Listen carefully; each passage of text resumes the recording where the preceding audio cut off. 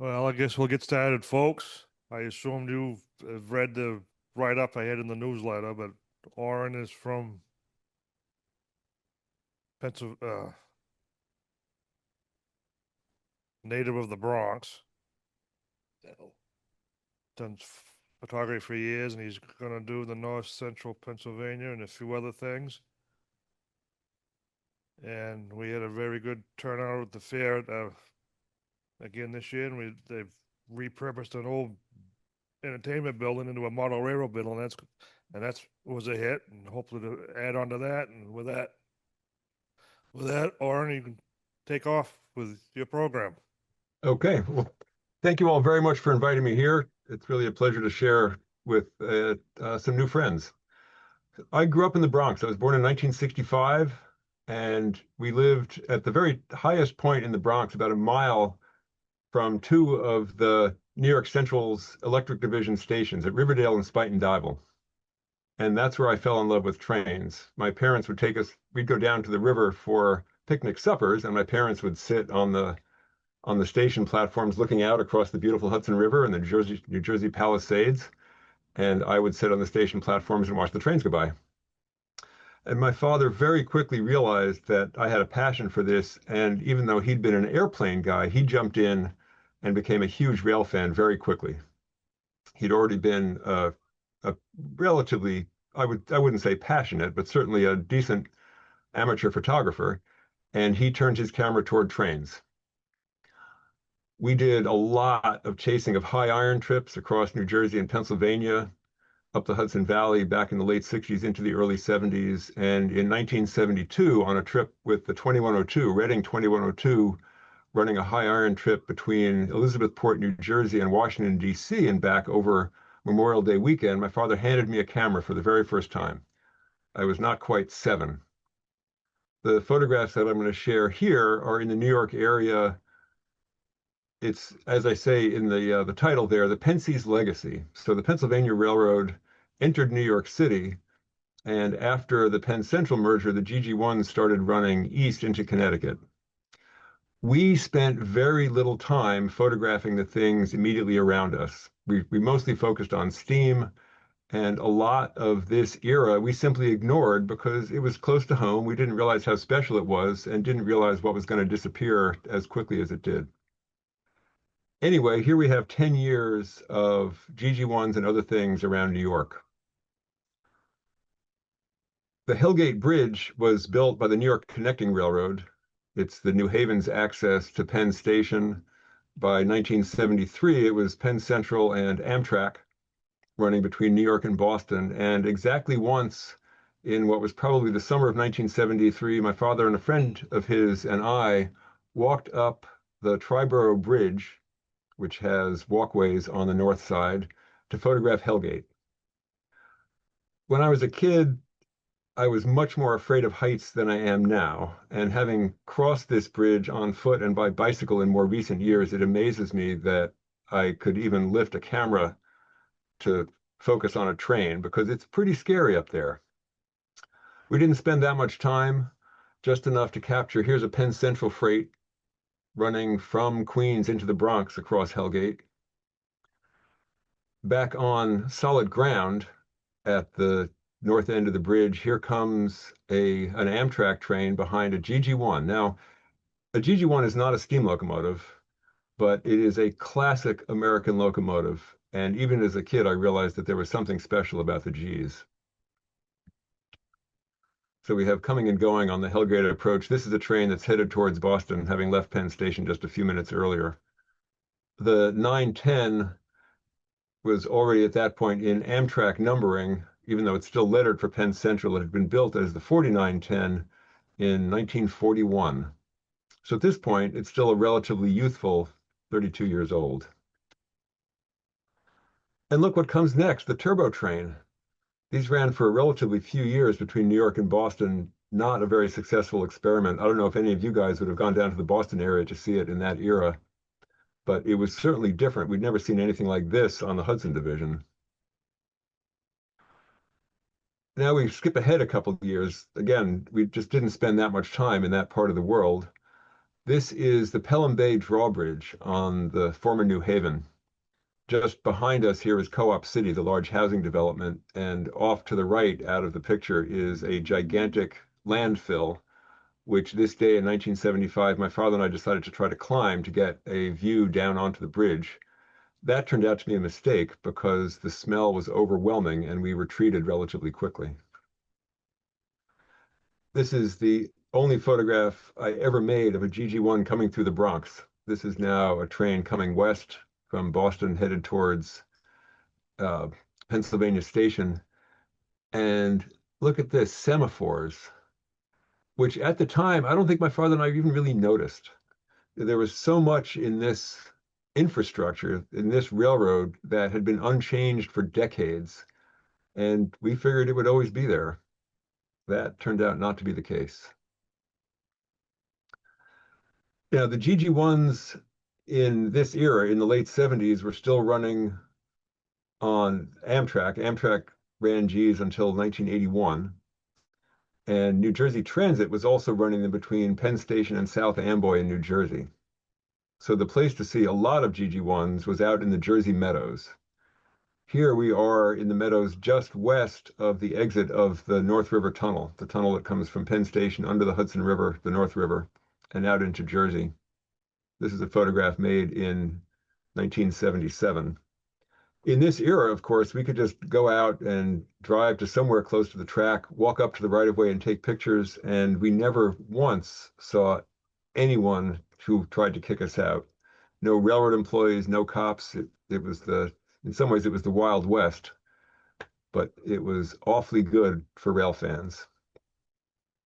In the background here, at the tail end of that train, you can just barely see the bridge, the portal bridge that's now being replaced at great expense over the Hackensack River. This is at the Meadows Engine Terminal. This is now Conrail, not Amtrak, not New Jersey Transit. This is a freight GG1, the 4854, built as far back as June of 1935.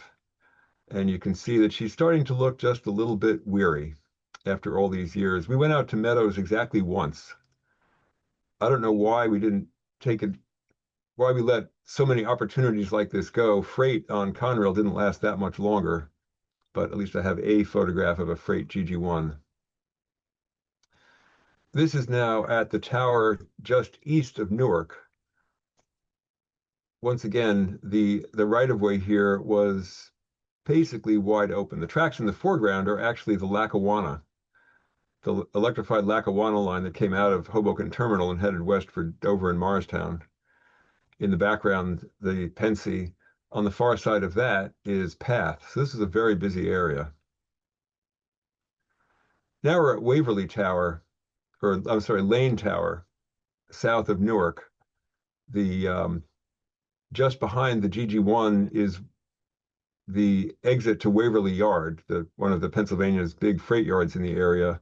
The flyover on the far side there goes over the tracks that come out of Waverly. The Pennsy in this area built a number of flyovers so that trains could come and go, freight trains and passenger trains, even though using basically the same tracks, could stay out of each other's way. And look at all that infrastructure, that electrical infrastructure in the background to keep 11,000 volts going over all of these tracks.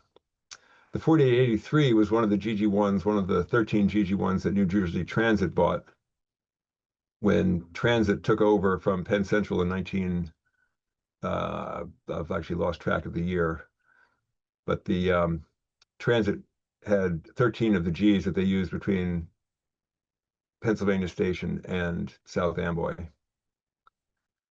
Metroliners, all kinds of cool stuff. Now the Metroliners here are really just a few years old and are still painted in the original Pennsy scheme. They were bare stainless steel with a little red stripe that ran around.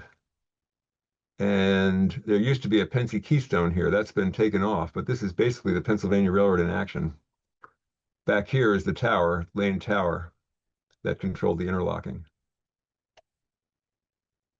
The E60s had started to show up at this point. The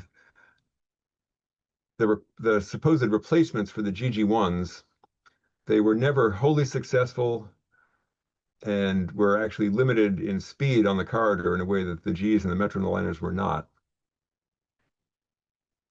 Back here, you can just barely see, this is where the tracks came out of the yard at Waverly and onto the main line. This was a busy place. There were trains going by here every few minutes throughout the day between Amtrak, Jersey Transit. And in this era, the freights had gotten relatively rare and ran almost entirely at night. So I do not have any photographs of freights on the corridor. Now we're back at the Portal Bridge. We have an Amtrak Metroliner headed east, headed towards New York. And a GG1 coming west. This is now in the late in the afternoon. Just a few GG1s were painted in Amtrak colors. Most remained in their basic Penn Central dip black.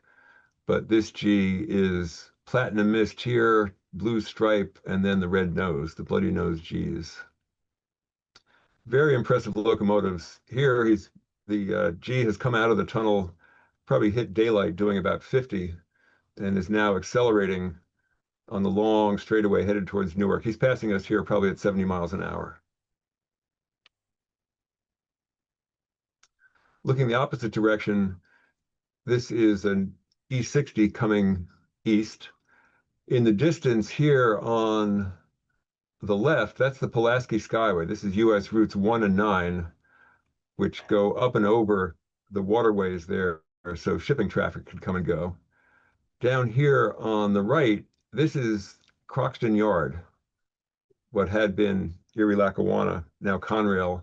And that's a Canadian Pacific boxcar there, still with the classic Canadian Pacific script lettering. And look at this, the Northeast Corridor is still jointed rail.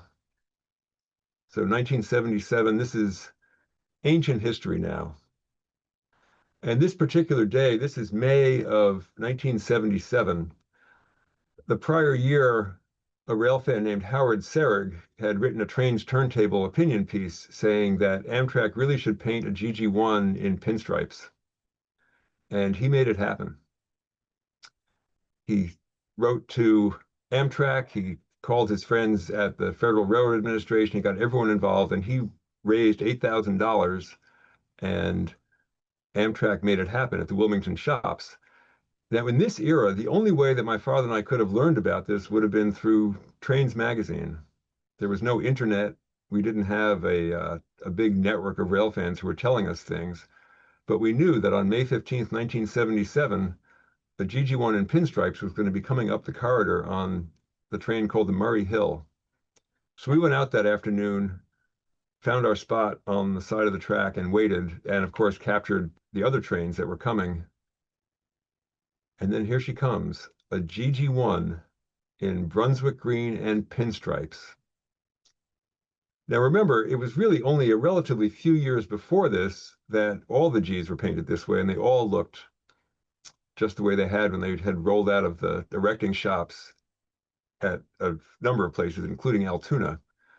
The 4935 had been chosen to be repainted because she was in pretty good shape body-wise, did not require a lot of sanding and Bondo before they applied the paint. One thing to notice here is that she's got a single headlight, not a twin sealed beam, which had already become the standard. Howard Serig, when he went down to Wilmington to check in on how the painting was going, saw that they had not replaced the twin sealed beam headlight. And he said, if this is going to look like a GG1 the day that she was built, we need that single bulb headlight again. And he had to go all the way to the top of the organizational chart within Amtrak to make it happen. It only lasted a week. After that, she was back to the twin sealed beam. For at least a moment, though, we had a GG1 the way God and Raymond Loewy intended her. The tail end of the train that day had a couple of Pennsy business cars already privately owned. The last car, the 120, had been used on the RFK funeral train just a few years earlier. This photograph you can see is just a little bit shaky, and I think that as an 11-year-old, the sight of seeing this pinstripe GG1 come north past me was so exciting that by the time the tail end of the train passed by, I couldn't quite keep the camera still. But wouldn't you have liked to be one of those guys there on the open platform, zipping along the corridor behind a G at 70 miles an hour? Now we're in that same time frame still, Sorry 77, about that. 78. This is coming into the tunnel. Just to the left here is where the trains dive under the river. Another substation here. You can see in the background the long curve that the trains, as they come north through the meadows and make the long curve and head east. Unlike elsewhere on the corridor, it's just two tracks here. It was always just two tracks, one track in each of the tunnels. Every now and then when my father and I were out photographing, we'd get lucky. This was a train that the 4935 was on. We didn't expect her, but here she comes into the tunnel. Again, all of that huge Pennsy infrastructure. And the lights here, this is actually not a traffic signal on the railroad. It shows that there's a phase break here. The electrification in one direction is powered by one thing, by another source on the far side. And here's a G coming out of the tunnel. This is a location that I am sure is surrounded by razor wire and cameras and all the rest anymore. But back in this era, we could just walk down there, camp out, and photograph trains. The engineers wouldn't do anything but wave.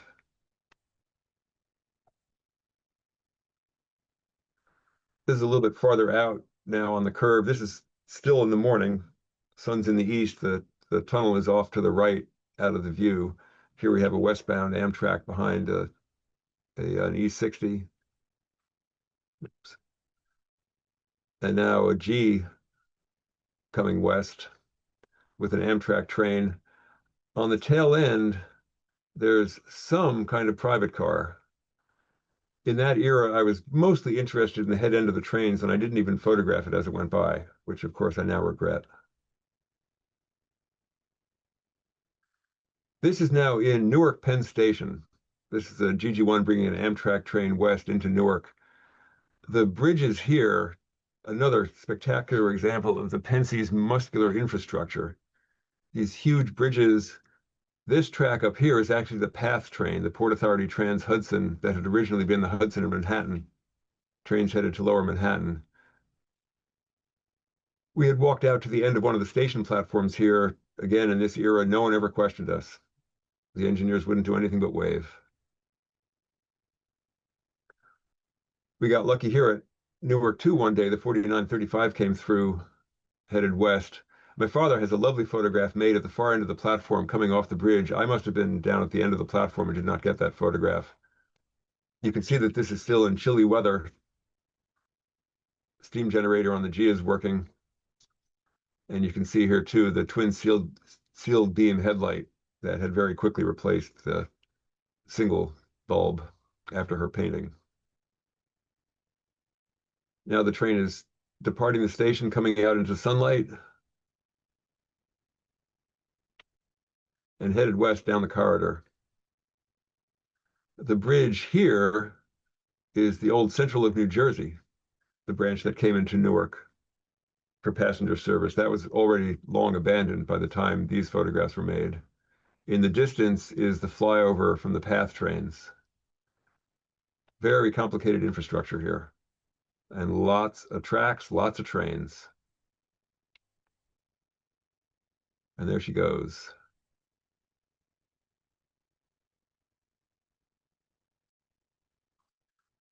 Now we're back at the east end of the platform. An E60 is coming west over the bridge.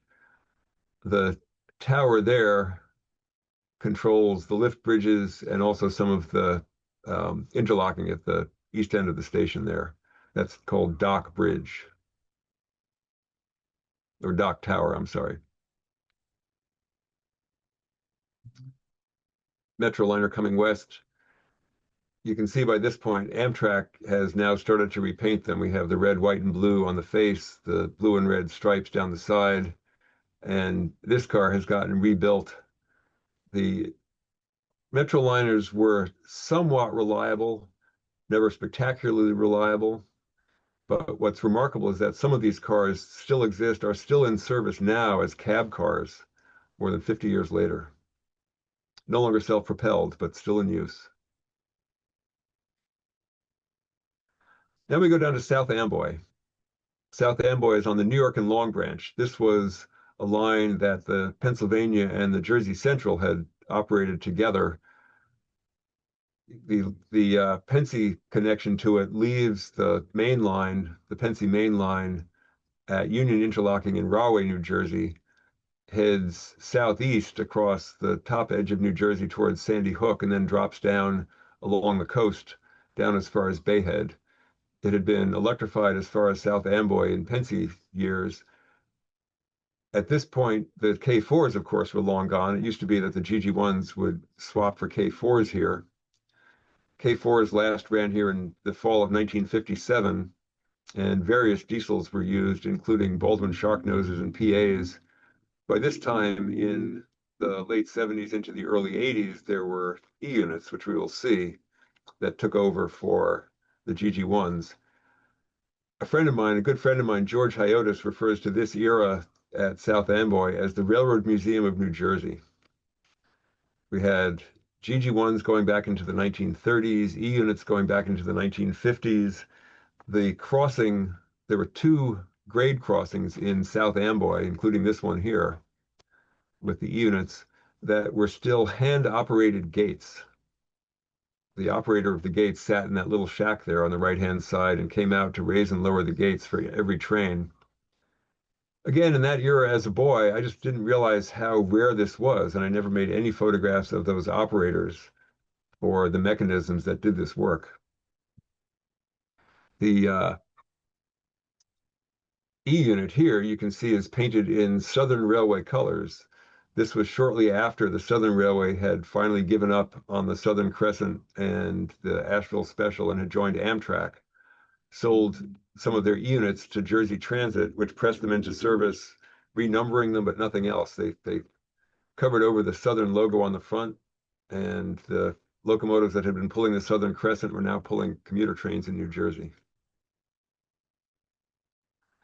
I did at least have the presence of mind to photograph a couple of the engine crews. So it wasn't only about the hardware. There were people who made these things happen. I did not, in general, talk to these guys. I was relatively shy. I have no idea what their names are.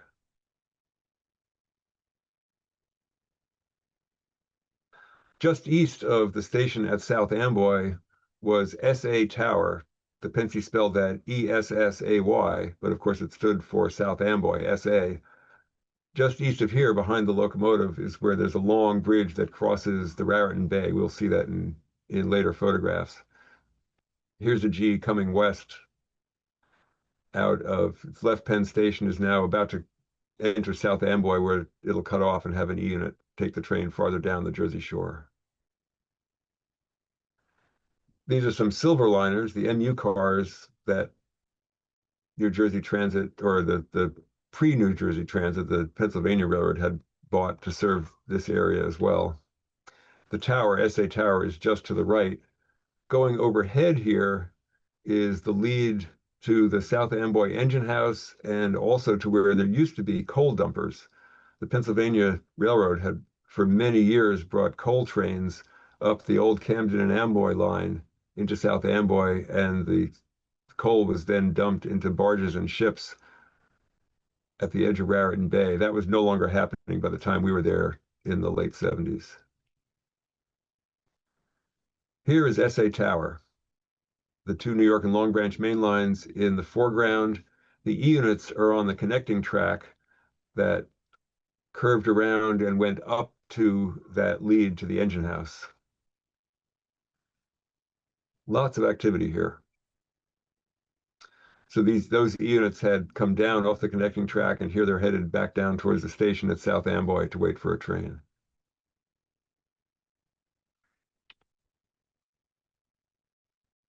So this is 1981 now. It's in the morning, and New Jersey Transit also got into the Heritage Unit Act.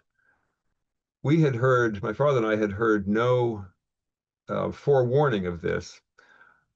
One day that spring, in the spring of 1981, my father and I and a friend of ours took a ride on transit out to Phillipsburg, New Jersey, which involved going from Penn Station in New York out to Newark, and then changing for a diesel haul train that went west on the old Central of New Jersey. We came back from Phillipsburg, changed trains in Penn Station, Newark, and coming east out of Penn Station, Newark, we're riding at the front of the MU train, looking out the front window. And somewhere in the meadows up ahead, we saw a headlight. We saw lots of headlights coming towards us, very busy stretch of track. And then we realized that headlight belonged to a GG1. And as it got closer, that GG1 was painted in Tuscan red and pinstripes.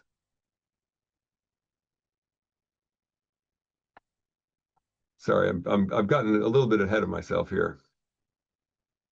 Another transit train coming east out of South Amboy. And as you see, even though we're standing on railroad property photographing, all the engineers did was wave.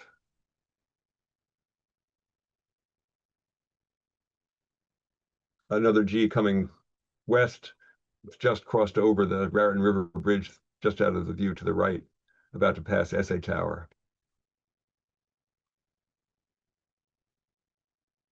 So, to get back to the GG1 in pinstripes, we're there in the MU train. As the GG1 passes us, the closing speed of these two trains was probably about 140 miles an hour. And it was a Tuscan red GG1 in pinstripes. We'd not heard anything about it before, but we figured we had better go check it out. So this is later that summer, 1981, down at South Amboy in the morning. Here we have the 4877, the GG1 that New Jersey Transit had repainted, headed east past SA. 81 was the same year that Amtrak stopped using GG1s. So the 4935 that Amtrak had painted went into retirement. Now we just had the GG1s that Transit was using between Penn Station and South Amboy. They were the last ones left in service. Now we're back at Lane Tower near Waverly Yard. Here we have Amtrak Metroliner headed towards Washington. You can see that all of these cars have been rebuilt, have the fans up top, a new Amtrak paint scheme on the nose, and they're moving right along. The track here had recently been reballasted, and they're kicking up quite a bit of dust. Another Amtrak train headed towards Washington behind an East 60, kicking up not quite as much dust, probably not going quite as fast. But I would imagine he was doing at least 60, maybe 70 miles an hour here. And a GG1. This is why we came out. The other trains were really just extra. And there were plenty of occasions in my younger years when I would not have even exposed a frame of film on them. But fortunately, I had the presence of mind to not only photograph the GG1s.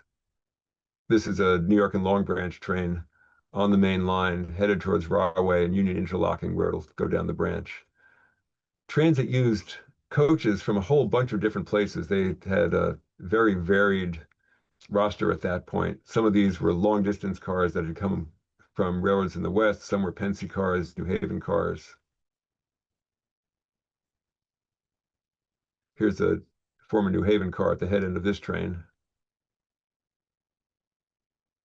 When Jersey Transit took over the Gs, with the exception of the 4877, for which they repainted in whole, generally Transit just painted over the Conrail or Penn Central logo that had been left, and in very small lettering here put NJ Dot, Department of Transportation, owner. Not a classic paint scheme, but still some classic lines on the locomotives. Now we're back out in the meadows. The Jersey Turnpike is just behind me here. We're looking more or less east. In the distance, that's the Empire State Building in Manhattan.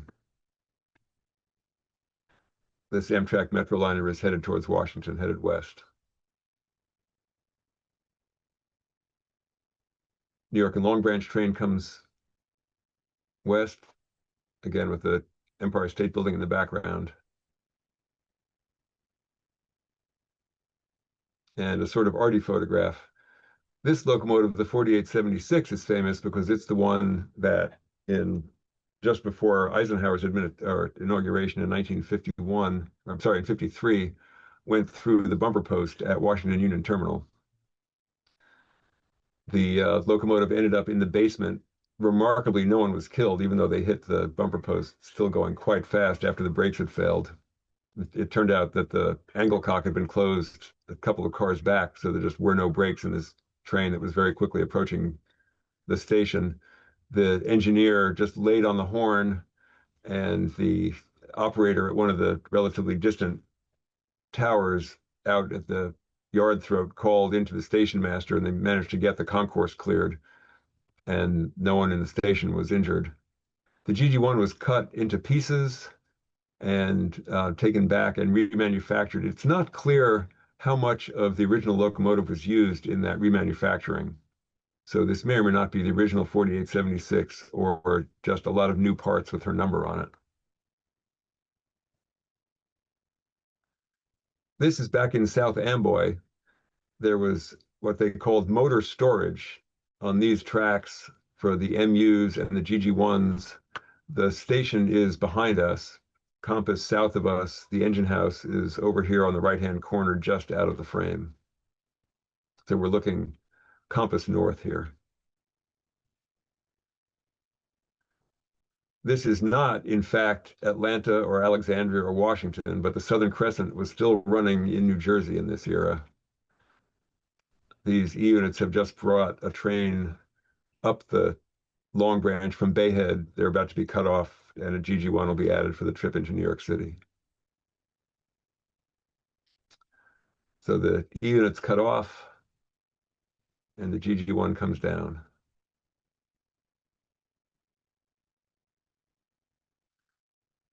In the morning, there were at least 6 trains that over the course of the rush hour would come through South Amboy and trade E units for GG1s. Here you can see more of the hand-operated gates. All of that's gone now. Of course, these crossings have been closed. The station is high-level platforms, and New Jersey Transit extended the electrification south from South Amboy down to Matawan. So there's not even an engine change here anymore.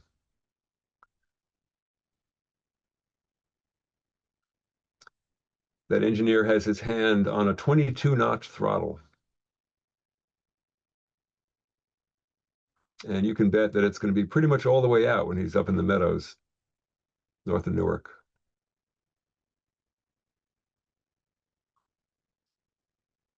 Car knockers coming in, preparing to make the hitch.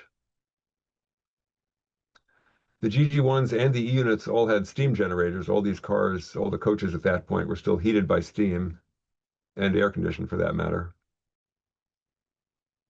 There was no head-end power.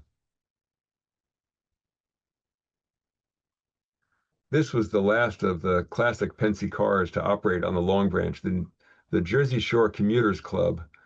The car was owned by the railroad, but leased by a club, and members only allowed in the car. It ran on one particular train up to New York in the morning and one particular train back out in the afternoon. Another little piece of the Pennsy, still in service. Here we have 2 pieces of the Pennsy, the Jersey Shore Commuters Club headed out of town, and the 4877 in motor storage. Not bad for 1982. The Pennsy itself had only been gone for 14 years.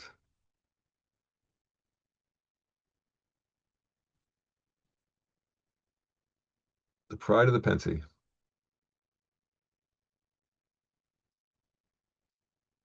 So now the 4877 is prepared. The engineer is preparing to back down to take a train east out of South Amboy. The G on the left there, the 4883, still has the yellow pinstripe. When the Pennsylvania first simplified their paint scheme in the 1950s, to get rid of the pinstripes, they went with the solid yellow stripe, and that the 4883 still wore that all those years later. We were not the only fans to be photographing down there, of course. But my father and I, we mostly kept to ourselves. We didn't talk a lot to the other people who were around. But a few years ago on Facebook, I happened to come across this photograph made at almost the same instant by someone who was standing obviously just a few feet away from my father and me when I had made that one. So I got in touch with Kenneth Gear and asked if I could use his photograph in this presentation. He was kind enough to say yes. Here's the engineer on the 4883 backing down from motor storage. The cabs in the GG1s were very, very tight. And unless you were a midget, you were going to hit your head one way or the other getting in or out of one of those locomotives. I had a GG1 engineer, obviously long retired now, but recently tell me that the seats in the engineer's seats in the GG1, the back of the seat actually angled slightly forward. They were meant to be as uncomfortable as possible so an engineer could not possibly fall asleep while operating one. G's and E's at South Amboy. Off on the far right, a power plant, coal-fired, of course, and long gone now. But that power plant burned coal that came in by rail. Now we're back out on the corridor. This is at Linden, which is a little bit north of Rahway, railroad east of Rahway, where the Long Branch trains came up onto the main line. Generally, the Long Branch trains would run one or two tracks over. This is the local track coming north, coming east that the local passenger trains would use. Unfortunately, this day, the 4877 was run north on this close track. Would have made a better picture if she'd been farther over. But one takes what one can get. Here we are at South Amboy. This is a very arty photograph made by a young man who may or may not have known what he was doing with the camera, but he figured it was worth a shot.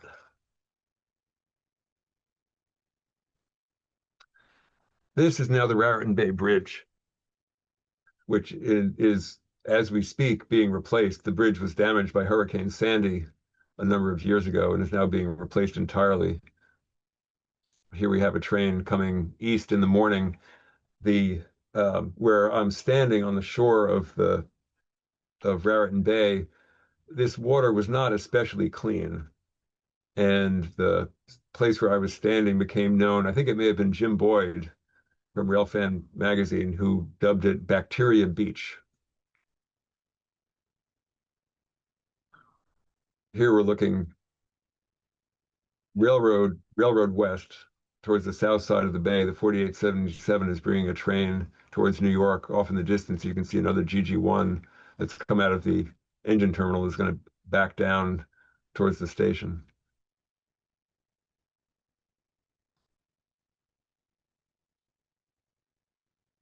More of Bacteria Beach there in the background.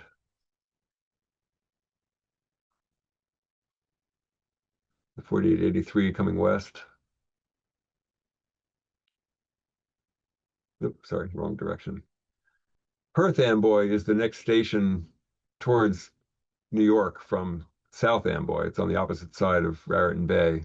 Interesting station here with the station buildings up at ground level, the bridge going across, and then the depressed tracks. We will hear more about the 4882 in a little while. You can see how long these trains are. Quite a few people commuted this way, and this is still true. It's still a busy, vital part of New York's transportation system. Back at SA, looking across Raritan Bay as the 4875 is coming west in the afternoon and passing the tower. We were never invited up into the tower, and we never actually knocked at the door.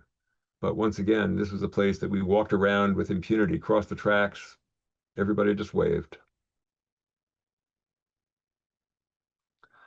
This is now June of 1982. My father is turning 45 years old. And to celebrate the occasion, because we've been spending a lot of time out shooting GG1s, I made him a cake.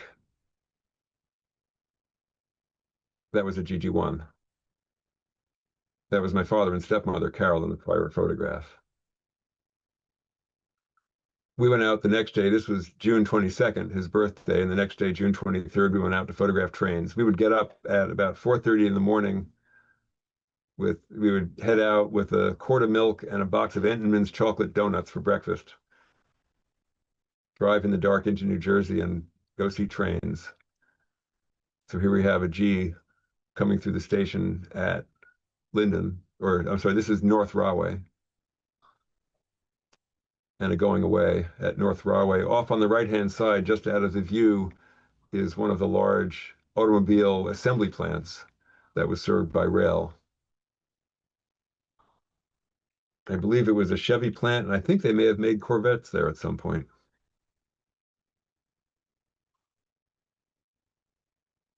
The 4872 coming east. There used to be a lot of industry along the Northeast Corridor in this part of New Jersey.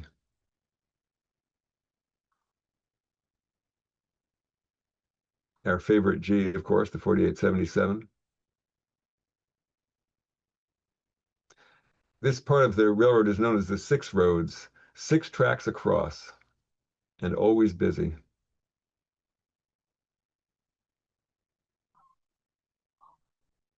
The 4877 going away on the 6 roads. This is now a little bit closer to New York. At this location here, you can see on the bridge, it says B&O Bridge. This is the former Baltimore and Ohio branch that connected with the Staten Island Railway. So that branch runs east to the Arthur Kill and crosses the very, very, very long Arthur Kill drawbridge there that's still in place. 6 or, in this case, even 7 tracks across with the abandoned track in the foreground and a lucky shot with 2 AEM-7s meeting under the bridge. The AAM-7s were the next generation of Amtrak power here. After the E-60s had proven to be not nearly so reliable, Amtrak looked overseas, and the AAM-7s were built in America by EMD, but to a design that came from Sweden. Much, much smaller than GG1s, but just as powerful. And again, our favorite G coming under the B&O. June of 1982 again.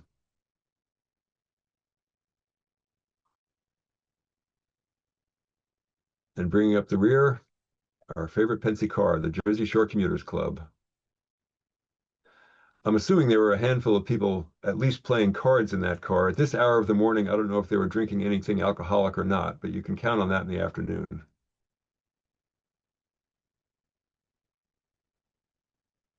There was train after train after train here, a very busy place. One can understand why they had so many tracks across, even in the absence of freight trains. Now we're back down at South Amboy. It was very rare to see 2 GG1s operating together on the New York and Long Branch. The trains were not long enough to require that, so this is probably a power balancing move where they needed to get a second G down to South Amboy. They were MU'd together, though, and you can see they both got their pantographs up.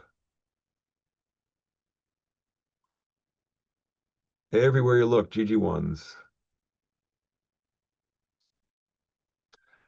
Again, though, this was the last place where you could see them like this. Between Penn Station and South Amboy, this is the last place that the Gs were operating.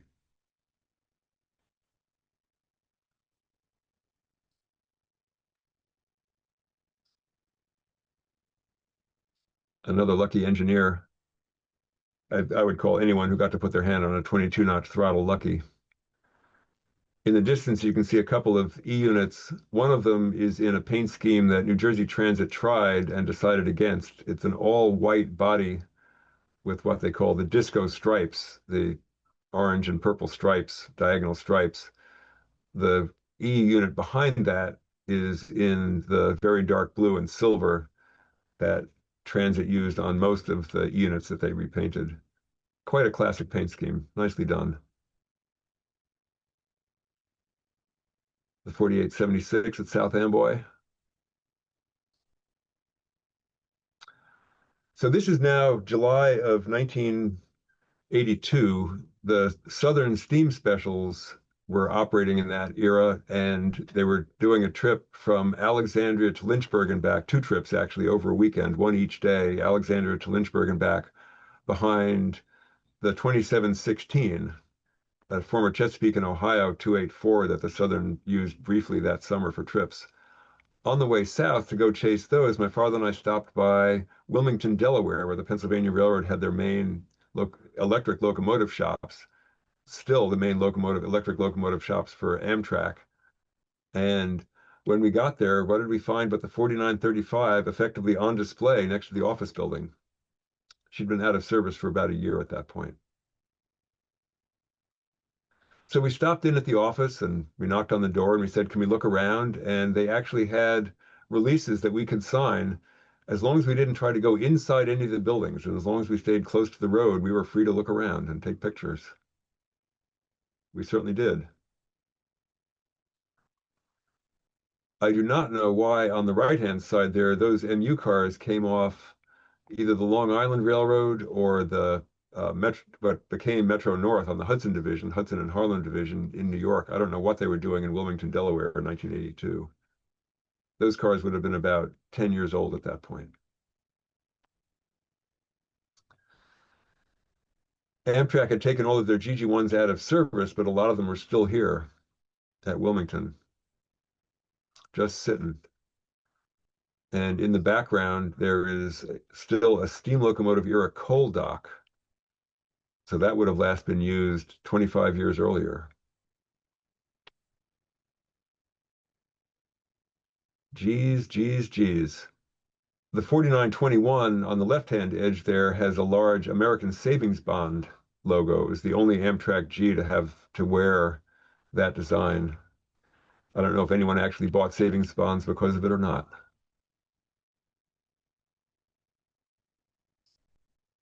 There's a close-up on that. When the GG1s were originally built, all of their air intakes were here on the body.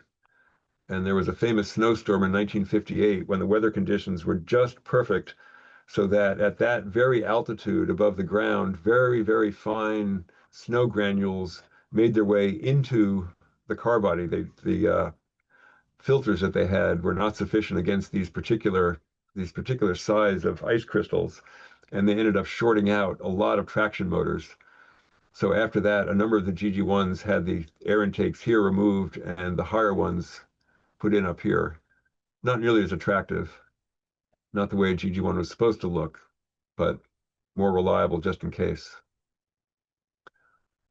This was one of the Jersey Transit GG1s. We never saw it operate on the Long Branch. Here it sat at Wilmington, probably being used for parts to keep the others alive.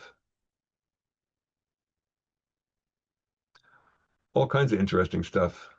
That SW1 was at that point, so this is 1982, that engine was already more than 40 years old.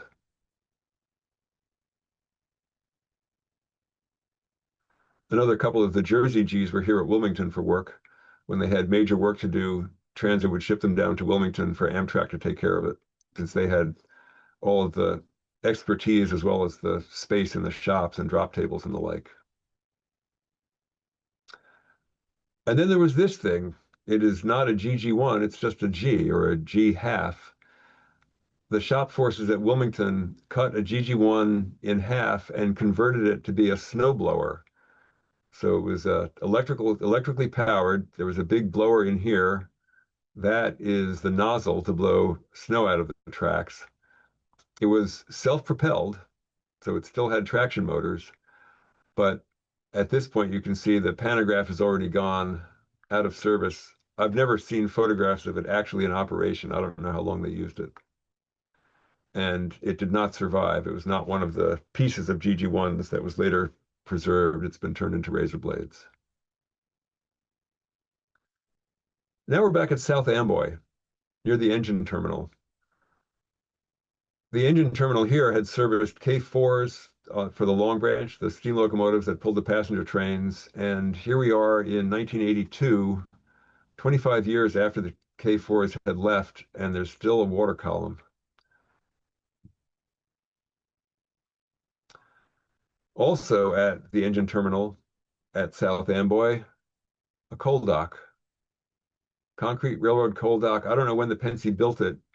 This is the only frame of film that I exposed that includes that. At the time, I just wasn't paying attention to the infrastructure, all of these things that made this a railroad place, and that would very quickly vanish. So this is the 4877 sitting. This is actually January of 83 now. She's sitting up at the engine terminal. Now she's come down to the station. She's going to take a train east to New York. I had, on a day off from school, come down and ridden a train out to South Amboy, went walking around, and then rode a train back into New York. Transit is, even in that era, was already modernizing. They had started to buy F-40 diesels. This was a train that had originated in Newark. So this F-40 had pulled the train from Newark and would continue all the way down to Bayhead. There was no engine change required at South Amboy. And this is the view from the first car of the 4877 as we were headed back into New York City that afternoon. A view that people had been seeing since 1934 on the corridor.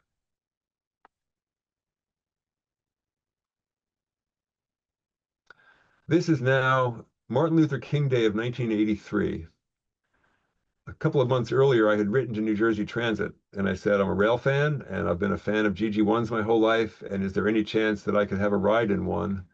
And the answer was yes.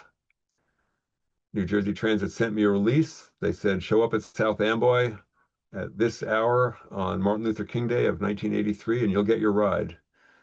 So this was the locomotive that I got to ride from Amboy, the 4882. Here we are now in the cab. This is in South Amboy, about to leave to head east. All of the Gs had, all of the power, including the MUs on the corridor, have cab signals. This is on the fireman's side. There are cab signals on both sides of the cab, so both crewmen can keep a lookout. On New Jersey Transit, they operated only with an engineer. There was not a fireman on these trains, so there was a seat for me here. This is the view from the G coming up to SA Tower after South Amboy. Coming onto the bridge, onto the Raritan River Bridge.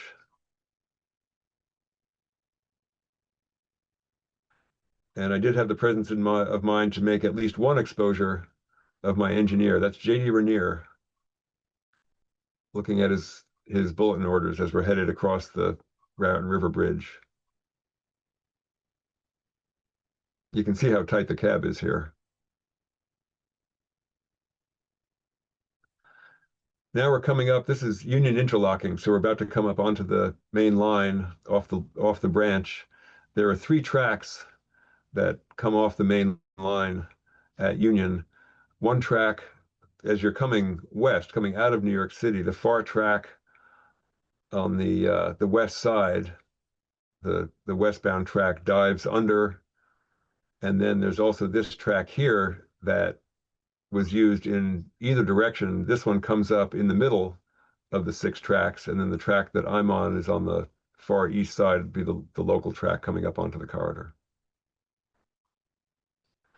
Here we are coming into the station at Rahway, and we've already crossed over one track. So the local track here is occupied by a local freight train. You will not see those anymore on this stretch of the Northeast Corridor. High Green, he opens her up. He had that throttle all the way out, and we were doing probably 80 miles an hour on some of these straightaways. About to cross under the B&O Bridge. A lot of tracks there. My father had driven me down to South Amboy that morning, and after he dropped me off, he went back, and this is his photograph of the train that I'm riding coming under the B&O Bridge. It's a late morning train, so only 4 cars, tail end of the rush hour.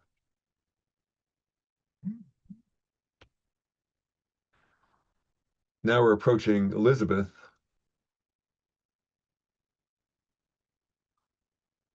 the corridor that now we're down to 4 tracks across, meeting an MU train on the curve at Elizabeth. Oop.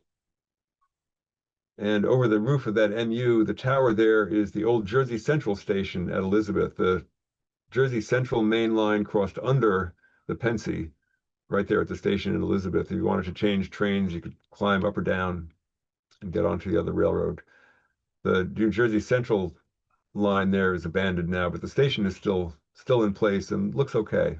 It's been, I think, a series of restaurants over the years.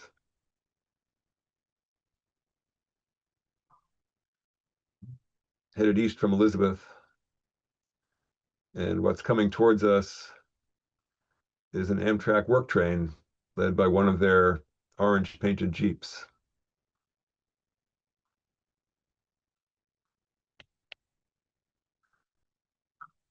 The yard here is called Durant, named after the automobile manufacturer that was there in the early part of the 20th century, now used for maintenance of way equipment.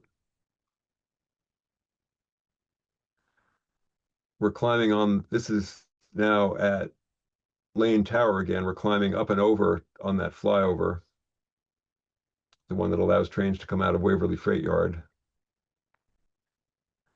And there are a couple of Conrail freight locomotives on the main. I don't know what they were doing there. You can see here, these are the tracks that come out of Waverly Yard and join the corridor.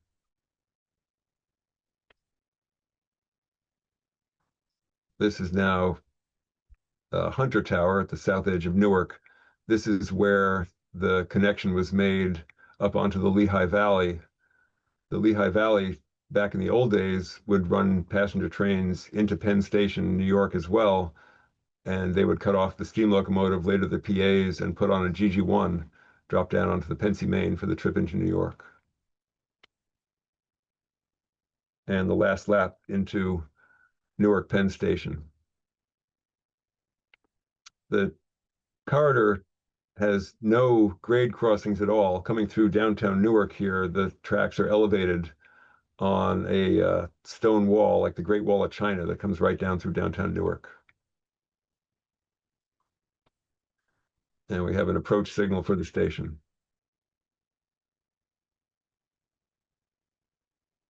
Coming into Newark Penn, once again, the old Central of New Jersey line overhead.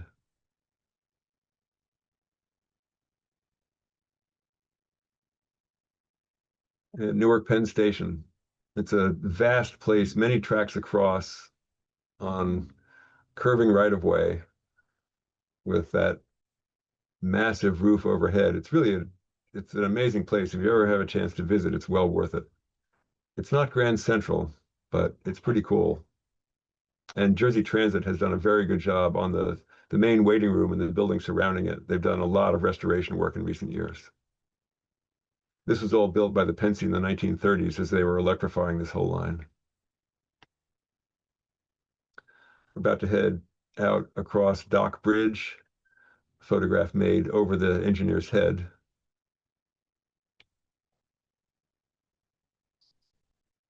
Coming into the meadows, that's the Jersey Turnpike going overhead in the distance.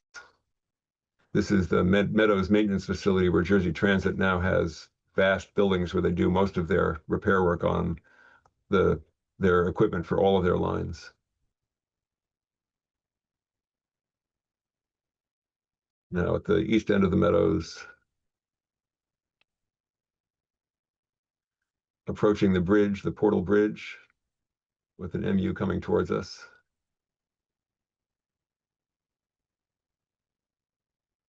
And that's the speedometer at that point. We're doing about 76 miles an hour. Behind me in the relay cabinet, all kinds of pops and whistles and little bits of smoke coming out.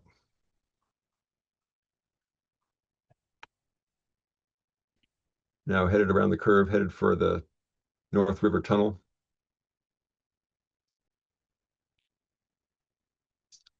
Into the tunnel.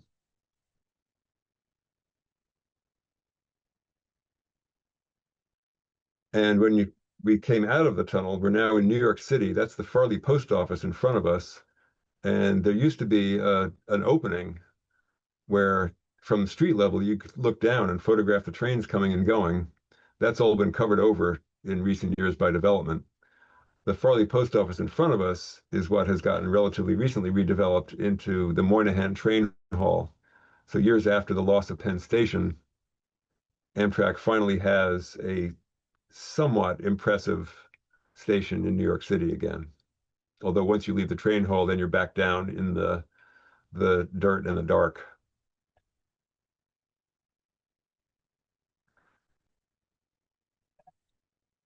Now we jump ahead a few months. This is now in the spring of 1983. We're coming down towards the end of the Gs. We knew at this point that transit was planning to retire them that fall. So my father and I tried to get out a handful more times to go photograph Gs. This is now in Rahway, New Jersey, the Merck pharmaceutical plant, still there, still producing pharmaceuticals. The smokestack is quite the landmark. And always lots of trains. This is in the afternoon. This is afternoon rush hour at Rahway. So here we're looking Compass South, Railroad West.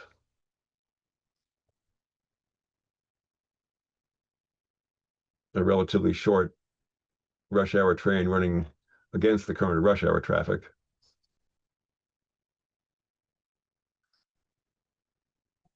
An attempt at an arty shot by a 17-year-old. I think it came out okay. We, of course, were here to photograph the 4877, and on a beautiful blue sky afternoon, the one cloud that blocked the sun came along right when she came along, which was disappointing.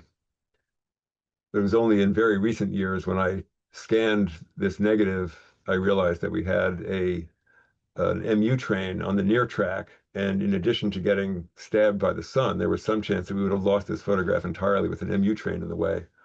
So at least we got half lucky. Now we're back down at Union. Here you can see the two tracks that drop down under the main line and head out towards the Long Branch. And of course, this is my favorite G, the 4882, the one that I got to ride. And there's my father on the right. I should have taken many more pictures of him too over the years as we were out chasing trains. At least I have a handful. We went down to South Amboy that afternoon to see the G's in motor storage.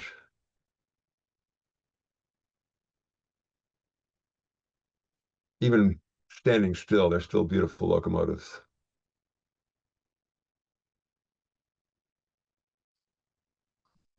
Another G coming across the Raritan headed towards South Amboy.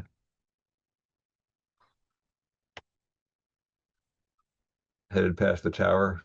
And another shot with my father. For some reason that afternoon, I must have gotten it into my head I needed pictures of him.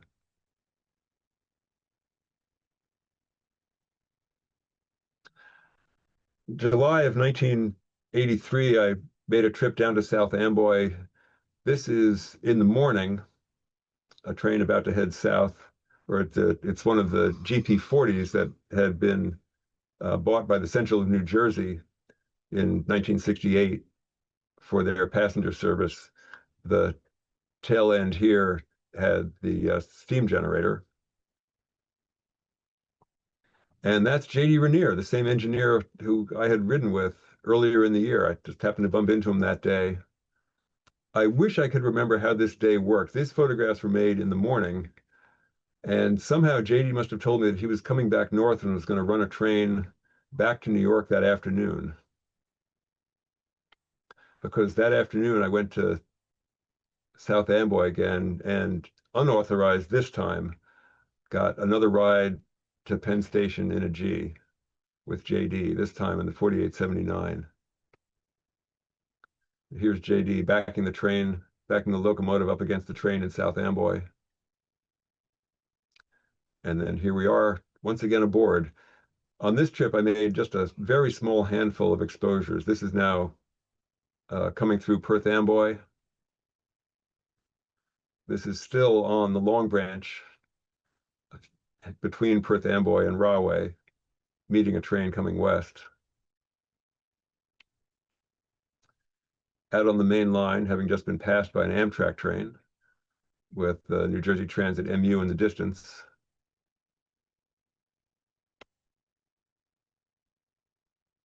Once again, we're headed up the flyover at Lane Tower. We've got another transit train coming towards us behind an F40. Towards the end of the summer, this is now a week before I was going off to college. My mother had, until she was 39 years old, never learned to drive or owned a car. But with me going off to college, she figured that she'd like to be able to get to and from more easily. So she learned to drive, bought a car. And one Sunday afternoon, sort of a test drive for her, we went down to South Amboy so I could look at GG1s. By this point, the Gs were not used on weekends at all. So they just sat at South Amboy over the weekends. The 4872 here, you can see she's looking pretty weary. And you can see her prior owner's paint starting to show through. My mother, posing with my GG1. And me, posing with my other GG1. I had turned 18 years old a couple of weeks earlier. I do not have quite that much hair anymore.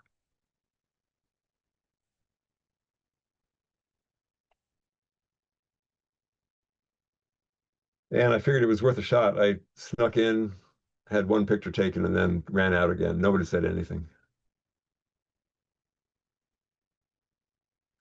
This is a week later. This is the last time I saw GG1s operate. This is towards the end of August of 1983. A rainy day. My father and I did the same thing. We got up early, got our milk and our donuts, and went down to South Amboy for GG1s.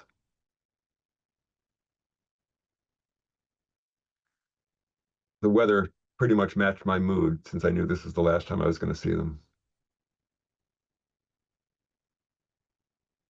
This was the lineup at Mortar Storage. All of those Gs, one at a time, would be coming out and taking trains up to New York.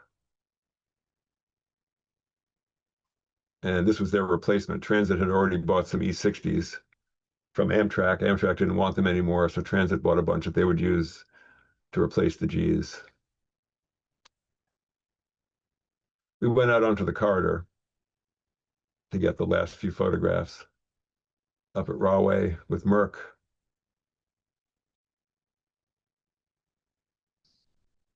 Here comes an Amtrak train. In the distance, another headlight. On this stretch of track, there's almost always a headlight in the distance, if not right in front of you. And here she comes. 4877, the Jersey G.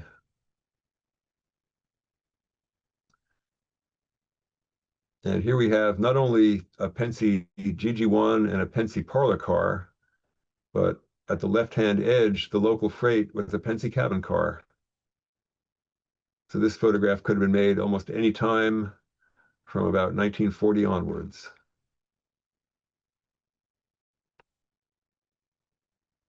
Another G coming up past Merck. And then we knew that the 4882 would be coming. And for some reason, instead of staying here, my father and I decided that we would go up to Elizabeth, a location where we'd never photographed before, on the big curves.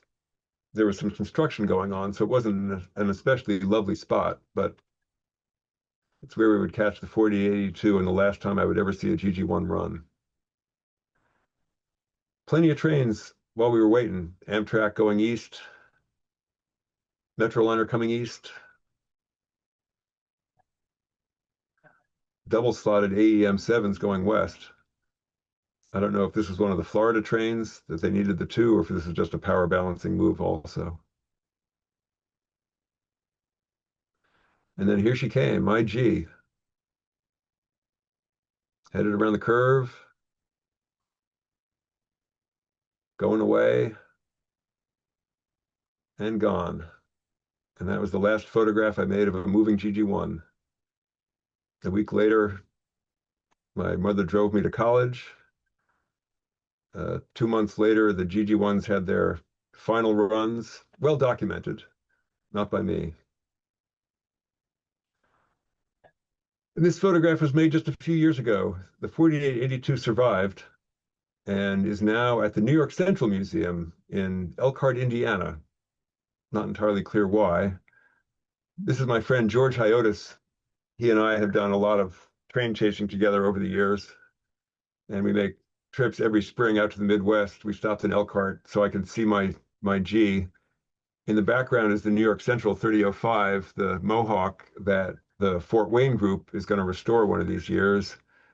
Part of the agreement that the Fort Wayne Group made with the New York Central Museum was that they would help them rationalize the collection, which to me means that the 4882 one of these days may come somewhere east and maybe closer to her original home. I certainly hope that is the case. I know I am not the person who is in a position to buy her and install her in my front yard. Thank you all for watching.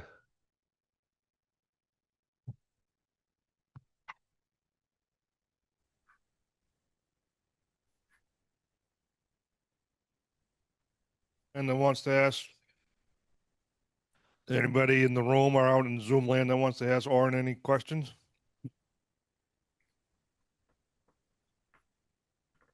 Yeah, I would like to ask one question. This go- is Lloyd Neal. Kind of interesting.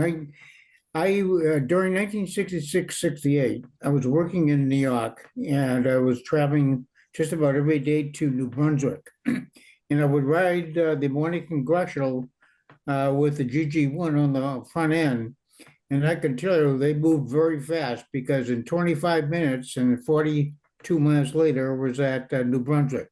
It was hell of a ride, great machine. Yeah. And my father in 1937 took a picture in Elizabeth, New Jersey, on the platform of the CNJ, and he caught a GG1 going over the top with the National Limited B&O diesel on the front. I need to pull it out and get a print of it. It's kind of unique. I would love to see that. Uh, if I do, I'll send it to you. I'd appreciate that a great deal. Thank you, sir. Okay, but the GG1s were great because I can remember standing on the platform coming home from work at New Brunswick, and you'd have the Florida trains heading south. And I'll tell you, they were hitting about 100 plus once they crossed the Raritan River. And then when they came across the river, it was a straight shot, a straight track for miles, and those things roll. I never Yep. saw anything like it. Yeah, it was one hell of a show. I'll get his email to you, Lloyd, okay? Okay. Any other questions?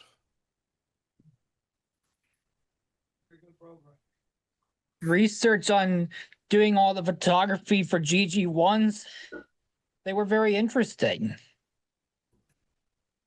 They were interesting locomotives. The Pennsy had done an awful lot of research and development before coming up with them.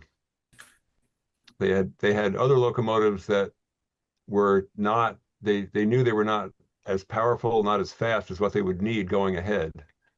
So they borrowed a couple of other railroads' electric locomotives, studied them, and then came up with this design that proved to be remarkably durable. The last one was taken out of service just under 50 years after the first one had entered service.